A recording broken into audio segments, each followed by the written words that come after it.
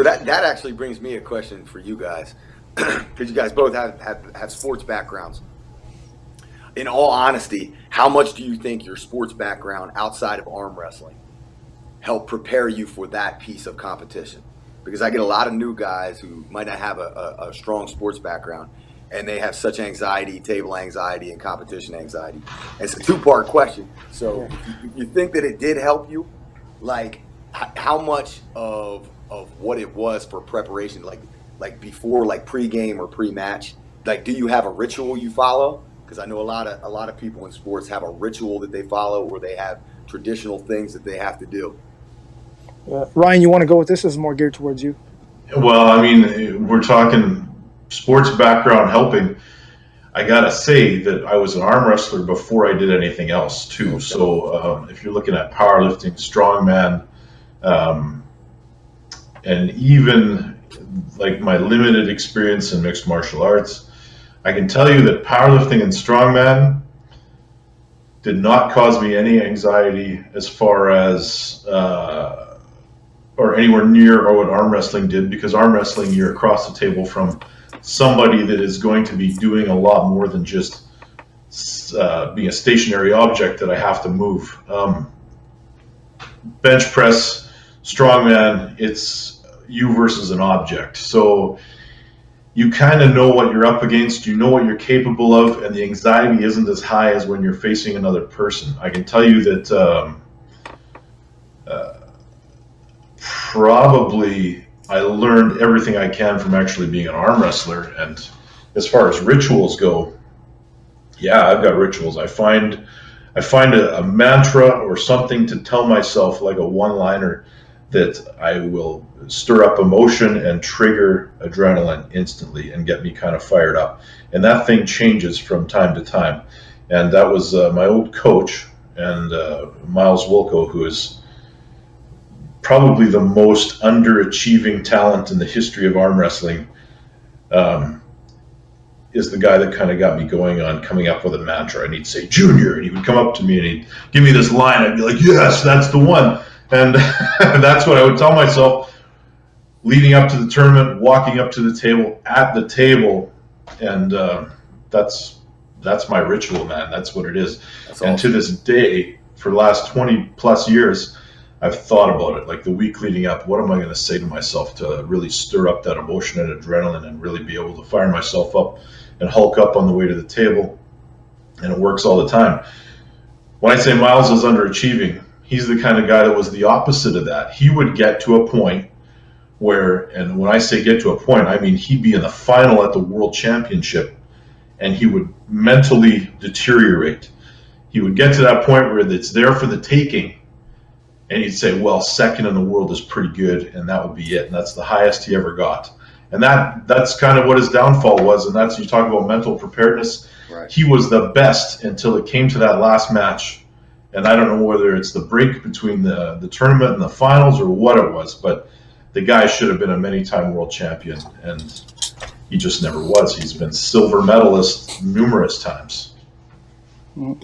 That's an awesome question. I'll tell you why, because I think a lot of arm wrestlers are scared shitless, and they might not admit it. I can tell you that my background didn't help at all, because I was a runner and I was a weightlifter, and there is nothing compared to maybe MMA, one-on-one with a guy whose sole focus is to out-cheat you, out-battle you, out-desire you, and if he wins, probably going to slap the table and yell at you.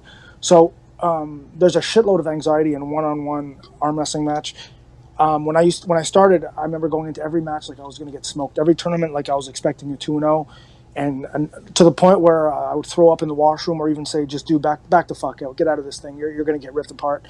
As the years go by, and I just get the wins and the titles, I still feel like I went to a county fair a couple of weeks ago, and I'm going to pull my weight class in the heavies, and I'm thinking, I always think, when I go into a tournament and I'm 5-10 minutes, I'm cool as a cucumber until maybe 15 minutes before they call my name. And then I'm thinking I'm not going to win a match. My elbow starts hurting, my shoulder starts to hurt, and I think I'm not going to win one fucking match. And then I tell myself, dude, you've won 240 titles. You're not the best, but you always perform really well. And what I do I don't have a mantra, but what I do is I take a Buddhist approach, and I tell myself, And the more anxiety I get, the more pronounced I tell myself this. But I say, I don't give a fuck if you win, Chris, or I don't give a fuck how you do. You can go 2-0. Your only mandate today, your only fucking goal is to fully engage on the ready or the don't move. I am so fucking slow, and I think I've lost so many matches because I'm late to react. So I say, win, lose, let my opponent deal with everything I got. And for him to do that, I have to be engaging on the, like, as the ref says, don't move, I'm kind of like engaging to the point where he says, go, everything's rocking and rolling. And every time I've said that to myself, I always do fucking well. Like, I just think training, and I tell myself, the training leading up to it is how you're going to win the tournament. You're not going to win it through aggression at the table, because I'm not that guy. I'm going to build as much horsepower and as much containment in my wrist leading up to it, that all I got to do is kind of not be lazy and not be slow, and I'm going to do whatever I need to do to win. So I just don't look at results. Even in life in general, when it comes to anything, I try not to look at results and just look at the effort I have to put through, knowing that if I put the right effort through, the results will take care of themselves. Because if you're result oriented, for a guy like me, you'll go batshit crazy. Like, the anxiety is just crazy because I'm so competitive. All I want to do is win, but you're not always going to win. And you don't want the anxiety to take away from your performance, and you don't want the anxiety and stress to take away from your love of arm wrestling. So I go into tournaments saying, fuck it. Engage as quick as you fucking can. Know that your training will take care of everything else, and the rest is up to the fucking gods of arm wrestling, so to speak. And I just enjoy arm wrestling more when I do that. And I seem to perform better when I'm just focusing on, when the ref says go, you just start engaging already. And that seems to get me in the match. And usually when I get into a match at a decent position, I usually end up winning. So that's what I do. And I kind of tell guys that I train with, and they're like, well, I'm going to a tournament, I really want to finish third, I want to finish second. And I said, fuck that shit. Just focus on being the best you can that day. Focus on leading up, doing the best prep, eating the best, hydrating if you're cutting, everything you need to do. Focus on the shit you can fully control. And trust me, you'll be super happy with your performance, whether it's fourth or first. There's an enlightening feeling of doing everything you can and fulfilling that and not worrying about the result. It's almost euphoric. So I tell guys, don't fucking worry about results. Worry about your journey. Do everything you can, and I promise you, you'll be very happy with the result.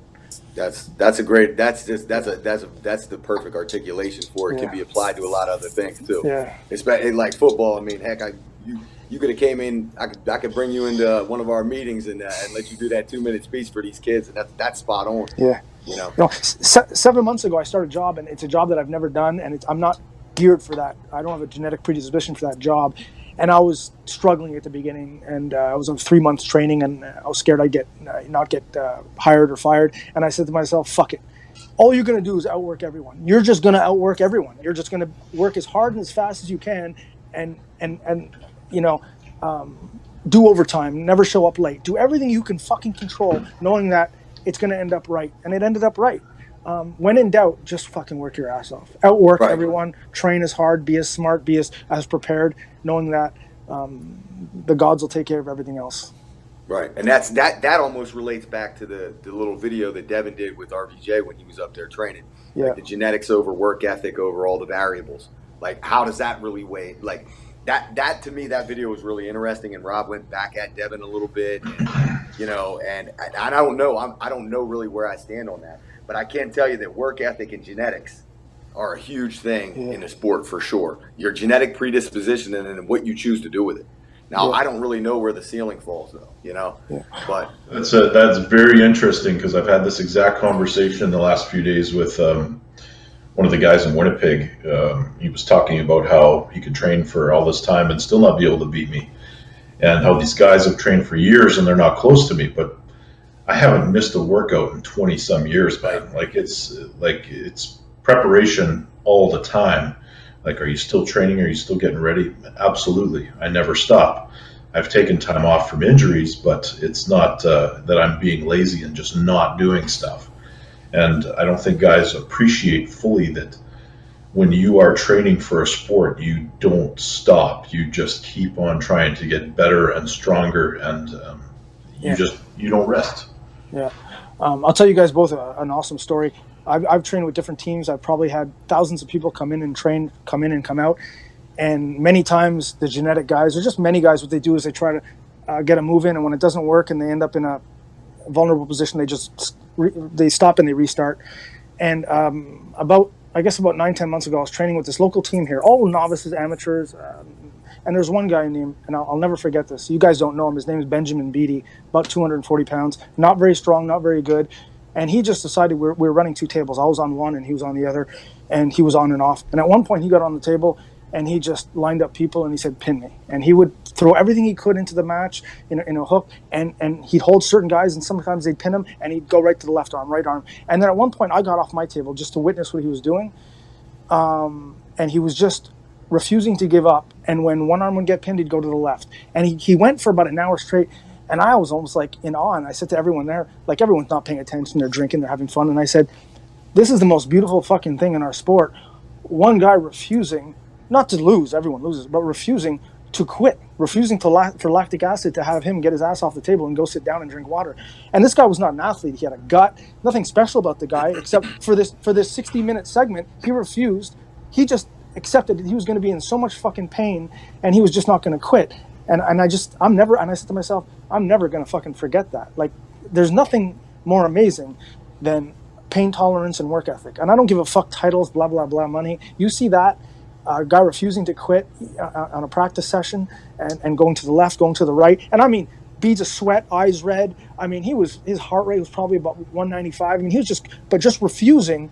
And I don't know what was motivating him, but it was just fucking some of the coolest shit I've ever seen in the sport. And I applauded him like a motherfucker. I mean, that's inspiring. And I try to do the same thing. I'm trying to, just dare people to fucking make me quit, make me get off the table, make me fatigue, make me say no more, please. Like, that's just the epitome of a warrior. And I just thought that was fucking amazing.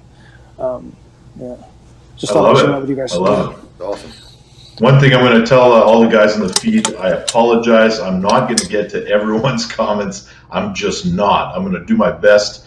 There's a whole bunch of trolling towards Ryan Bowen that I'm not going to get into. It's terrible. I mean, I think the guy deserves a little bit more respect than he's getting. But whatever. It is what it is. I mean, love him or hate him, he's doing a lot of good things for the sport. So, Jason Merlo, this is a good one. Paul, what are your long-term personal goals in the sport? What is pushing you for whatever success you are looking to achieve? Jason's one of the guys from Marcio's club. He just had the prelim match with Jerome Loud. Just to give you guys all like a little. Jason's been looking for a match with Justin Bishop left arm for a long time. Jason has an absolutely incredible hand. Beat Seth Barnett. Awesome left. Yes, and Jason Bale on the same day, he beat Jason Bale right arm. Nice. His hand and cupping strength is unbelievable. He just doesn't travel much, but he's a guy that you're gonna hear more and more about soon. I'm sure, and he's committing a little bit more to getting out of his comfort zone, travel a little bit. So we're gonna be here. I think he might be on the pound for pound card coming up. When Ryan gets over here on the East Coast. I'm not 100% sure of that, though. But as far as my goals go, I mean, I'm pretty much focused on WAL right now. So obviously, eventually the goal would be to, at some point in time, hold a hammer. That's kind of the ultimate goal. I do have a bucket list thing. I'd like to go to WAF at some point. I've never been there. I'd kind of like to work my way up to that. I know what the WAF finals, I believe, is during football season, which makes it tricky. I would like to go to Zloty at some point too, pending schedule. So I mean, and in the meantime, I'm totally satisfied with enjoying the process too. Like it's been kind of stressful. 3 years in, I made a couple jumps in the last year that I don't know if I was 100% deserving of, but they kind of happened. So it's kind of up the anxiety level towards like what tournaments am I going to? What practices am I going to? For the first 2 years, I either competed or practiced at a high level every single weekend. I mean, I think my first year, I want to say I did something stupid like 24 tournaments or something like that. And I enjoyed every minute of it. The smaller ones, the better. It was just an awesome time. So I think I've kind of transitioned into this phase in the career where Herman talked about it in the past about you got to pick and choose like 2 to 4 tournaments or 2 to 4 events that you're going to do yearly and focus on them. So I'm kind of morphing as a puller. I've had some issues with my elbow. It's gotten a little bit more serious than I had treated it for the past 2 years. So I've kind of learned that I absolutely have to tone back a little bit. So as far as gym training, I'm still going to do my twice a day, and I'm still going to go hard as hell in there. But when it comes to like absolutely destroying myself every single week or twice a week on a practice table, I think I'm morphing towards more finite gym training and really picking my battles and choosing how I practice and trying to practice smart. I have finally kind of hit that road bump where I realize that I'm not immortal and and structurally things can go wrong. I spent like the first 2 years of my sport, my time in the sport, hearing arm wrestlers talk about injuries, and in my meathead brain from football and everything else, I'm like, these aren't injuries. These guys are talking about. These guys are sore. They're hurt. You know what I mean? So every time I would be sore or I would feel like it was hurt, I would just push through it, and I meatheaded my way through the past 2 years of a legitimate injury. So this is my living and learning. And you know, I try to, everybody says, listen to your body. At some point in time, you probably got to listen to a doctor too. So Yeah. I'm learning from that. Yeah. So right now the goal is to chase a hammer, hit those bucket list things, and stay as healthy as I possibly can and continue to get stronger. That's I pretty find interesting. the arm. Go ahead, Chris. Sorry, go ahead. I find arm wrestling is kind of. I'm going to say it's interesting that you're kind of going backwards here, Paul, because when I say backwards, you're doing the WAL thing before you decide to go over to the WAF or the IFA or something like that. Like, it's interesting to me that you would do it that way, but it's. No, man, I would love to see you at that tournament. Yeah, I'm not like I support the WAL wholeheartedly. I have from the minute I got in this sport. I think it's awesome. I think going mainstream is a very important thing, and I think they're doing an incredible job. I think it's progressing. However, I really, really enjoy tournament arm wrestling. Like Travis talked about it, I enjoy tournament arm wrestling. I enjoy the strategy involved in that because there's still strategy in tournament arm wrestling as there is in a 5-round super match or a 6-round guarantee. There's just as much strategy involved. Knowing when to not fight in a bad position, knowing when to foul, when to take a foul. Like all that stuff, and then you got to win as easy as you possibly can, and then you have the X factor of not knowing what the bracket's going to give you. So it has that essence of gambling into it too. So I really, really enjoy it, and I think that these portions like WAF, Arnold's, AAA, USAA, these guys are like the foundation of the sport. They're what got us to the WAL, the WAL era, or whatever the next thing is. So I love the roots. I love the history of the sport. I don't know a whole lot yet, like as much as I really should, and that's why I tune into these podcasts a lot, because the wealth of knowledge that you guys have about the history is really important to me. I love to get down there to sit downs because it's an incredible amount of legends that come to sit downs in like the twilight of their career, and I'll just sit there and chop it up with them after the tournament and have way more fun than I did pulling, just listening to their stories. So if I can support anything that those guys came from, I definitely want to. Plus, I want to be able to say I did it. Me and Paul Talbot talked about it, and Paul's talking about going back over to WAP because I think he's never won a world title. So I mean, if you're any type of competitor and there's a title out there that you don't have, you should probably kind of want to get it. So I would love to. Eventually. Yeah. All right, Gabi, I cut you off. Go ahead. No, that's okay. Well, regarding tournament arm wrestling, I always thought the best arm wrestler is a tournament arm wrestler. I mean, there's so many variables you can't control.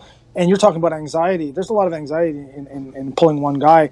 And one thing I do like about competitive tournament arm wrestling is that if you have high anxiety, you can always, and you're an elite puller, you can always maybe hope for a couple of gimme matches early, get your confidence up. Maybe not at Worlds, but still. So that kind of can help your stress levels. Going back to the arm wrestling thing, I always thought an elite arm wrestler or an arm wrestler is like a race car.